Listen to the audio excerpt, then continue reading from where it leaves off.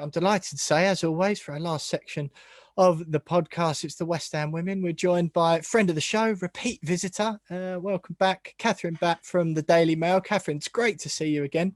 I know you were at the Bristol City Chelsea game, the League Cup game on the weekend. Bristol City rapidly turning into West Ham's fierce rivals, not only in the relegation battle, but Matt Beard, of course, former West Ham manager, taking charge of them. Bristol got a bit of a hammer in, 6-0 against Chelsea at Vicarage Road, that League Cup game, which West Ham did well to get to the semi-finals of. Lost to Chelsea, of course, in the semis. What did you make of the game, first of all? Well, it was over in about 10 minutes, I would say. With Chelsea taking the lead after 90 seconds, you thought Bristol have just got to hold on and try and keep it at 1-0. And then as soon as the second went in, you thought it was just going to be a really long afternoon for them. And to be honest, I think keeping it to 6-0 was probably good, but with how well Chelsea started, to be 4-0 up at half time. And obviously in the second half, Fran Kirby went off and Sam Kerr went off, and it sort of died down a little bit, and they only got 2 more in the second half. But I think Bristol were probably expecting, they weren't expecting to win, so they were probably expecting to get a tough game. They were probably hoping for it to be a little bit of a lower scoreline, but on the day, Chelsea were just different class. As they often are, of course. But like you say, Bristol obviously expecting a tough game, but in reality, obviously a great achievement for them to get to the final, just as it was for West Ham to reach the semis. Both teams not having a good time of things in the league, of course, and Matt Beard and the Bristol players and fans will inevitably, in much the same vein as West Ham, have treated the League Cup as a secondary thing, and their main focus will be on the WSL, no doubt. West Ham didn't have a game at the weekend, but they play Birmingham City on Wednesday. Now, I've been trying to think, one of the main challenges for this podcast, Kathryn, every week is for me to think of a new way of saying this is a must-win game for West Ham women. And we've been saying it for months now. It feels like months anyway. Bristol, of course, were actually overtaking them in recent weeks. It's been a definite upturn under Matt Beard. Bristol now 11th, West Ham rock bottom of the WSL. West Ham played 14 with 8 points. Bristol have played the game more, but with 9 points. But the way West Ham have been playing, you'd think I'd rather have the points on the board and the extra game in. But this game against Birmingham, like I say, if you can help me with a new phrase for must-win game, then I'll be more than happy to hear suggestions. Birmingham City, their run of form is equal to West Ham's. They haven't won a game since November, having an absolute stinker time of it at the moment, as West Ham are. It screams draw, doesn't it? Yeah, and I think both teams will be looking at it as a must not lose. If that's slightly different to must win, it's definitely you lose that, I think, for West Ham, and you start to get really worried. Birmingham again, if they lose that they start to get worried because they can get drawn in still. Because maybe a bit earlier on in the season, I think once they hit the 10-point mark, I think people were maybe thinking Birmingham will be all right now. They'll probably stay out of the relegation battle. But that's, like I say, their run of form and Bristol's turnaround has sort of dragged them back in. And you've got kind of 4 teams in there now, with Aston Villa still out of it yet as well. Brighton have obviously pulled clear. But yeah, I think if West Ham can win that, it really does put Birmingham in a little bit of trouble. And like I say, I think West Ham need to win it more than Birmingham do, because Birmingham will probably take a point, but West Ham really need to pick up a 3 points somewhere, and this is a very good chance to do so. Yeah, absolutely. I mean, Birmingham are on the back of 3 consecutive 4-0 defeats to Everton, Arsenal, and Manchester City. I mean, what does your heart of hearts say? How do you see the game going? Because it is huge. I know you say it's must not lose there, but I disagree on that. I think from West Ham point of view, I think you've got to win, because they need wins. They need wins to get themselves out the hole. And if they do get the win, they go up to 9th, which obviously it's so close, as you mentioned there, the points. They'll leapfrog Birmingham because they're on the same goal difference and 3 points behind them at the moment. Birmingham are 9th. And I think just that alone, the psychological impact of that will be huge. That bottom place with the 1 relegation spot in the WSL will weigh on the girls' minds, won't it? As well as Oli Harder. And so I disagree with you a little bit there. But how do you see the game going? West Ham are at home Wednesday night. How do you see it playing out? Well, I think Birmingham are actually better away from home than they are at home. I know there's no Don't fans. say that. I know the absence of fans doesn't really, so you can't really take sort of home form and away form as seriously as you would do normally. And West Ham, I'm not sure if they've won at home yet this season. Or I don't think they've won at home under Oli Harder, certainly. About 50. No, Um, well, I haven't. Yeah, not so in the league. yeah, I can see Birmingham going up and setting up to frustrate West Ham. So I think West Ham will come out and try and take the game to Birmingham a little bit. As we've seen under the first few games under Oli Harder, he's trying to implement that high press, which we see a lot of teams doing now. The difficult thing for him is obviously I think Birmingham are quite good at setting up and frustrating teams. We've seen them kind of. I know they've lost sort of the last few games 4-0, but I was at their game with Man City, and it took Man City till just before half time to actually score, despite having all of the possession.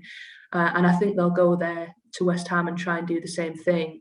And what West Ham have to do is just try and be really positive and not be cautious and just try and get an early goal, because that'll force Birmingham out. And once you can break the deadlock, obviously, it gives them a good chance of scoring another on the counter attack. But my problem for West Ham is the goals. I'm not sure where the goals of the goal threats coming from at the minute. You look at the other teams down the bottom, Bristol and Aston Villa. Bristol have got Ebony Salmon, who is such a threat going forward, and I just think West Ham are kind of missing someone like her that you can sort of rely on, or sort of put not the pressure, but someone that can carry the weight of expectation of goals like Salmon can for Bristol. Someone at the moment, Kathryn, who I feel I've got a real empathy for is Martha Thomas. I had really high hopes at the beginning of the season. I just fancied this was going to be that campaign where, I don't know, you just get that feeling sometimes. I don't know that it was grounded in much, but I just had a feeling that she was going to rise to prominence this year and like play that number 9 role, playing out of her skin and start banging them in. It just hasn't really happened. Can you, is it still naive perhaps to be putting faith in Martha, because you mentioned where the goals are going to come from? The other thing I will just add that I've banged on about on the podcast for the past few weeks is that if I see West Ham concede another goal from their left-hand side, I'm going to lose my mind. They all seem to be the same week in, week out, the exact same goals. And I'm not just having a go. I think I've been quite harsh, or I was, on Maz Pacheco for a few weeks, and rightfully so, to be honest. I'm not backtracking on that, but also criticism for the centre halves as well. That that's been frustrating the hell out of me. But so those 2 points, like Martha first of all, and then the defensive side of things, because I think, if you ask me, that's just as much of a problem as going forward. Yeah, I think Martha Thomas is. I think there's no doubting that she's a great striker, and we've seen it in the past. And I think she's a confidence player. I think from watching the documentary, there was a clip in that where she was sort of talking about confidence, and she seemed a bit low on confidence towards the end of last season, and it's maybe sort of creeped into the start of this year as well. And that just it's compounds, important for doesn't it? strikers. Yeah, and I think the longer you go without a goal, the more desperate you become, and you start sort of moving away from the things that you were doing before. You start sort of trying too hard almost. It's just she needs one to go in, and hopefully that can kind of set her up. But yeah, defensively, I think West Ham are just, like you say, it's frustrating because they sometimes the constructors of their own downfall at times, and again, it's a confidence thing with the defence as well. I think sometimes you concede one, and rather than sort of tightening up, then you're more prone to sort of go on and concede a few more. But there are leaders in that team. Gilly at the back is a leader, and is someone that is experienced, and is someone that you want at this stage of the season in a relegation battle. And that's one thing that could hopefully work in West Ham's favour, because obviously the manager isn't experienced in this country in a relegation battle, whereas Matt Beard is a lot more experienced. And it is sort of, you wonder whether if Matt Beard had stayed at West Ham, obviously results weren't great, but would they still be in this position? Would they have gone down under Matt Beard? I'm not sure. It's difficult. I think the worst thing that happened for West Ham was Matt Beard going to Bristol, because I think if there's no disrespect to Tanya Oxtoby, but I think obviously there've been clear improvements from Bristol under Matt, and if he hadn't have gone there, I'm not sure they would have happened in terms of just sort of making the defence a bit stronger. They've still conceded goals under Matt, but apart from yesterday, that you're not getting the thrashings as much as you were at the start of the season. So it's just a strange one, and it would be kind of one of those things if Matt Beard is to leave West Ham and he's not relegated the club by being manager, but going to somewhere else. Yeah. Well, you know what? I again, just on that Matt Beard point, I find that I think him leaving was good. I don't think looking back, there's any reason to think, oh, that was a bad decision, because I think it was the time felt right. The methods seem to be the same, a bit of Einstein's theory of insanity, isn't it? Doing the same thing over and over again, expecting different results. It kind of felt like that. The post-match interviews felt a bit the same. And you kind of think, you know what, this has run its course, this relationship here, like Matt Beard with the club. But I totally agree. I think that doesn't mean he's a bad manager or anything like that. Far from it, in fact. I just think the time was up. But yeah, he was almost exactly what a club like Bristol needed. He was something a bit different, and something that the players have ended up reacting to. Well, look, Bristol they're at home to Man City this week, which again, you wouldn't expect them to get a result there, of course. Aston Villa have got a winnable game against Brighton, I believe. And then in a couple of weeks, 28th of March, Birmingham face off against Bristol. So from Birmingham's point of view, they could very easily be dragged into it with a defeat at West Ham this weekend. How do you sort of, from now until the end of the season, it is getting to that business end of the season, so to speak. If you had a fiver now and you had to put it on who's going down, what are you saying? Because it is those two teams. I think Tottenham, it's unrealistic to think the 4 teams below them will win enough games to drag them into it. So who are you saying is going down? West Ham, Aston Villa, or Bristol City?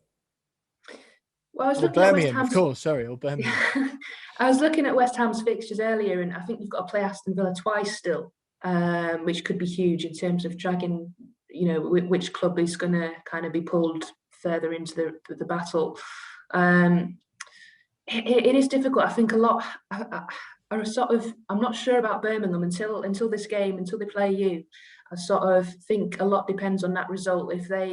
If they can get a draw, or if they beat you, I think they'll be all right. But if they lose that, I think they could really slip and be in trouble, especially with what's going on sort of in the background of the club. Obviously, they've had this sort of having to move their home fixtures to St George's Park, which hasn't helped them, and sort of background stuff that just doesn't seem to be helping their situation.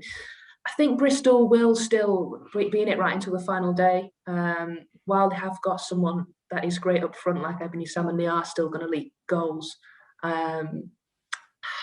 It's so difficult to pick one team.